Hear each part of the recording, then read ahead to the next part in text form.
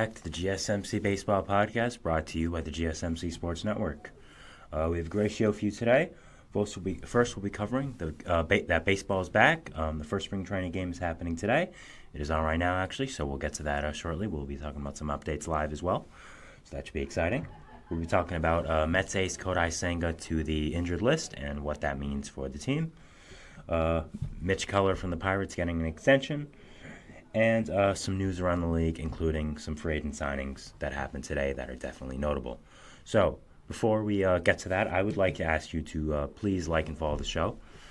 We get a number of questions from viewers, so to ensure that your question does get read and is seen by me, please use the link you see on the screen, streamelements.com/GSMC Sports Network /tip. It really does help, and it really does mean a lot.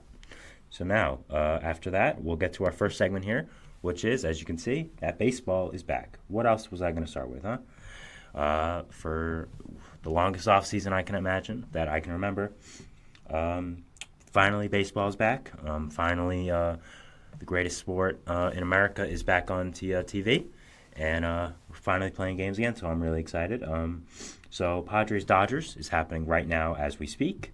Just a little bit of live updates on that, actually. So it is the top of the first, and it is 6-0 Dodgers. It's going to be a fun season for Dodgers fans.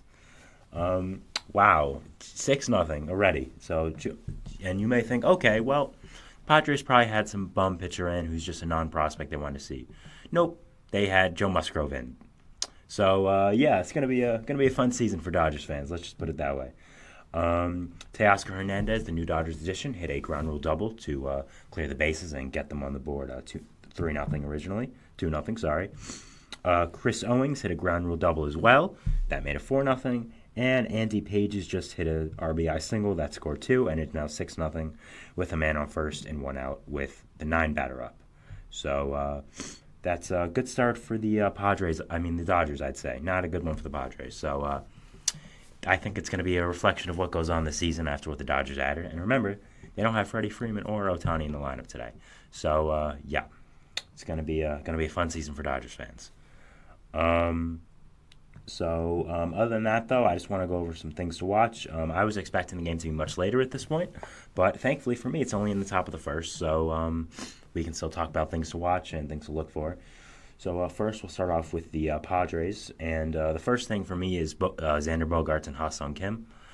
As you know, they swap positions this offseason. As new manager Mike Shildt announced. So Bogaerts will be playing second, Kim will be playing short. Personally, for me, I think that is the right decision. I think it just makes too much sense. Bogaerts is not a great defender, and Kim is, and I think swapping those makes a ton of sense just for value sakes. Sorry to interrupt this, but Kevin Paldo just homered, and now it's 8-0 Dodgers. So, yeah. Wow. Jeez. All right. Anyways. Jeez, the Dodgers, man. So, yeah, I think Xander and Ha-Seong Kim in their new positions, so that's something to watch out for. I think, just to see how the chemistry works. They obviously have chemistry. They played together last year with a double play tandem, but they're going to be on different sides. So I think you have to, get it adjusted with who's going to field what, where you're going to play in the infield, how you're going to get the chemistry down in different positions. So I think it's something to watch here just if you're a Padres fan, you want to see how this works. Again, I think it's the correct decision, but, I think it's still a big challenge, especially for Xander, who is a shortstop his whole career, was signed to be a shortstop with the Padres last offseason, an 11-year deal. Now in the second year of the deal is a second baseman, so not ideal, but I think that's something to watch a little bit, just how they perform, what the chemistry looks like, and do they feel comfortable right away, or is it going to take some time for both of them? I think Kim will have a much easier transition as he was a shortstop overseas and a little bit at the start with the Padres, even though Tatis was there.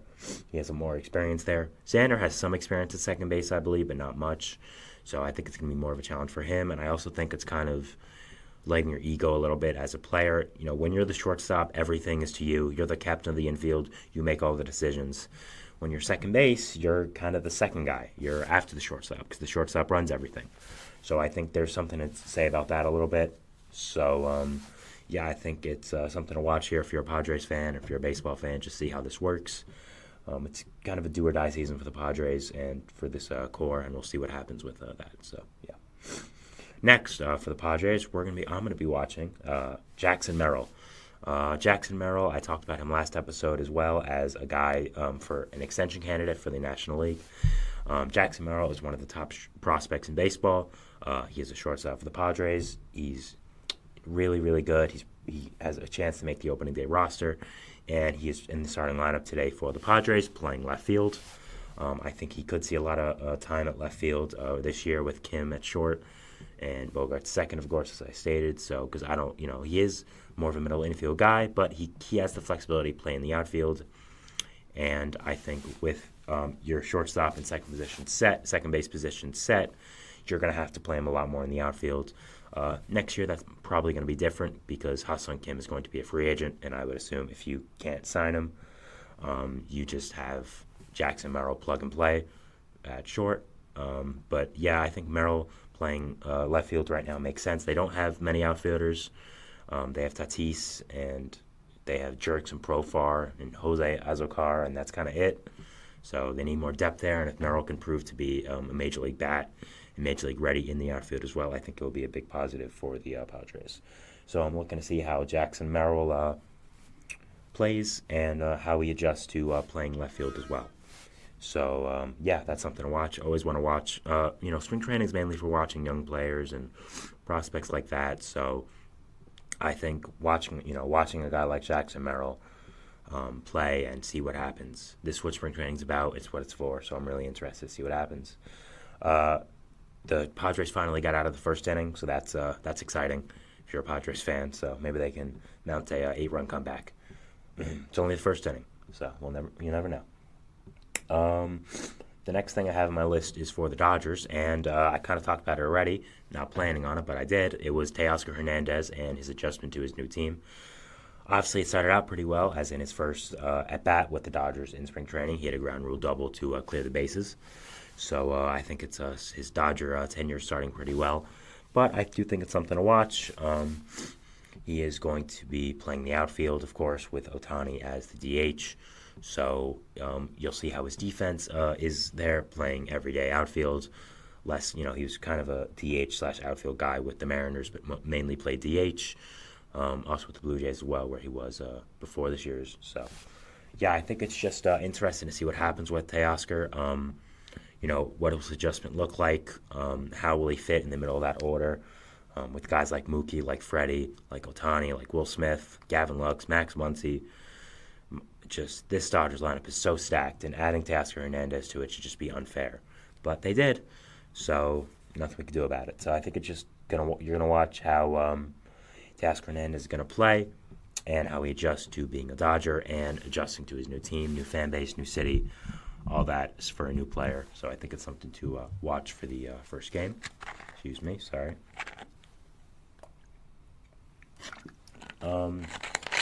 Next, we have, again for the Dodgers, Gavin Stone. So Gavin Stone is the starting pitcher for the Dodgers today.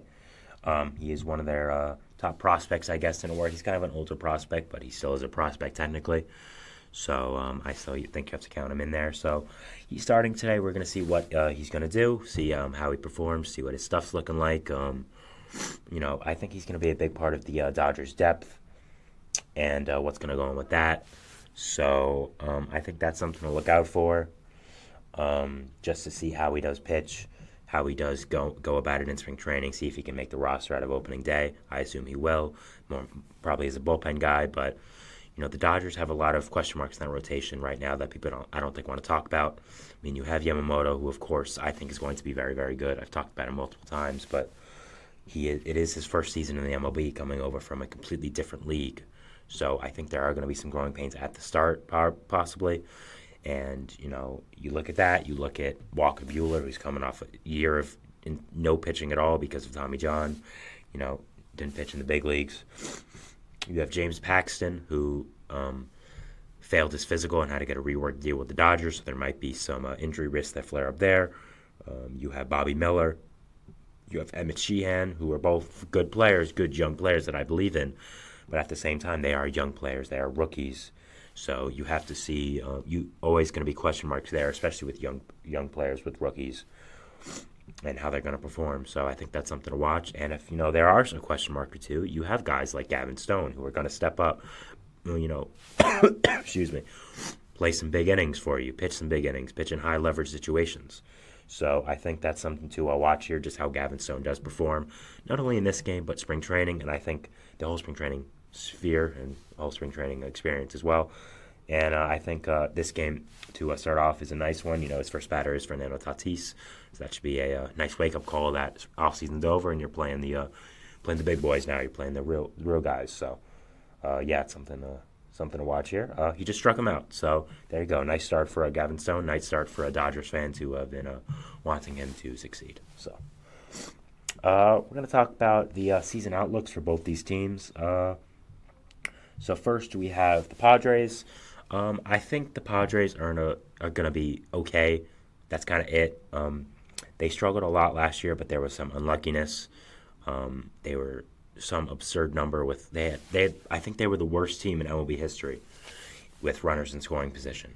And you could just say they're not clutch, which I guess I wouldn't necessarily argue. I do, unlike a lot of people who are kind of analytical nerds or stat people like that. I would say I'm part of that. I do love analytics. I do love diving deeper, but I do believe clutch is a real thing. I believe going under pressure, how you play. I believe that's a true. That is something you look for, and that is something that a lot of people have, and some people don't. And Padres maybe just didn't have it. But I also think you have to look at how just ridiculously horrible those numbers were last year. That some of it was bad luck. But I also think it evens out when you trade your best hitter in Juan Soto. So I think they're going to be about the same as last year. I still think they need to add an outfielder, need to add a pitcher. I thought a guy like Hyunjin Ryu would have been a really good potential addition to San Diego. Not only because he is really good, he's a veteran who can help you get good innings, but he is from Korea, and the Padres have a good pipeline with Korea. They have 2 Korean players on their roster, of course, Ha-Sung Kim, one of them being the big star. But obviously, Ryu went back to Korea, so I don't think that's going to happen. After getting an 8-year contract in Korea, by the way, that's a long time for an older pitcher. I understand it's Korea, but still a long time. So, I still think they need to add a pitcher. Maybe a guy like Michael Lorenzen could make a lot of sense. Maybe even a buy low candidate like Noah Syndergaard, who they've shown interest in the past. I think another outfitter would be good. Adam Duvall, I think, is a really nice fit for them if they were to add someone. So I think the Padres have an okay team. I don't think they'll make the playoffs. I have them third in the NL West right now, though, because they just have so many good players like Tatis, like Machado, so Musgrove as well. So I think the sheer talent brings them up, but I think overall depth's going to be a question, especially when you get to the latter half of that rotation with how many kind of unproven guys and younger guys are going to be relying on for heavy innings. So, Dodgers. I don't know what there is to say about the Dodgers. They're really, really good. We know this. They're going to be really, really good. They signed all these players for a reason, because they want to win a World Series, and I think they have a great chance to. Yamamoto, Ohtani, James Paxton, Tyler Glasnow, they're going to be so good. They have so many stars. Their lineup is just insane. Basically an all-star at every position. Will Smith, all-star. Freddie Freeman, all-star. Max Muncy, all-star. Gavin Lux, all-star. It's just incredible. James Outman, future star in the outfield. Teoscar Hernandez, great player. Jason Hayward had a career, revitalized last year. So I think their team's going to be so, so good. I don't think I'm really saying anything new here. Not like, I'm saying some hot take. They're going to be very, very good. I don't know if they need to really make any other additions. It's just everyone needs to stay healthy. Everyone needs to play up to form. And when they get to the playoffs, they have to perform. They haven't performed the last few years in the playoffs. So I think that's going to be important to make sure you do, and make sure you're not just saving everything for the regular season, that you have some left when you get to the postseason, and that your pitching performs as well. So, Gavin Stone, actually, we're talking about him. He got Tatis, Bogarts, and Cronenworth out 1, 2, 3 innings, so that's a nice start for him. So, yeah, that was the first topic about just baseball coming back, what to look for in today's game, and the teams as well. We will be updating you on the game as the live stream and the podcast goes on, so look out for that. But yeah, that was the NFC segment one where we specifically focus on the big baseball game today and what's going on with it. We're going to go to a break. Before that, we're going to show you segment 2, which is going to be Kodai Senga, him getting injured. He's going to be out probably a few months. We don't really know the exact timeline, but that's what people think. What the impact is for the Mets, and how much it does affect them, and how big of a deal it is. So we'll be talking about that after we come back from break. So, yeah, see you after that. Thanks.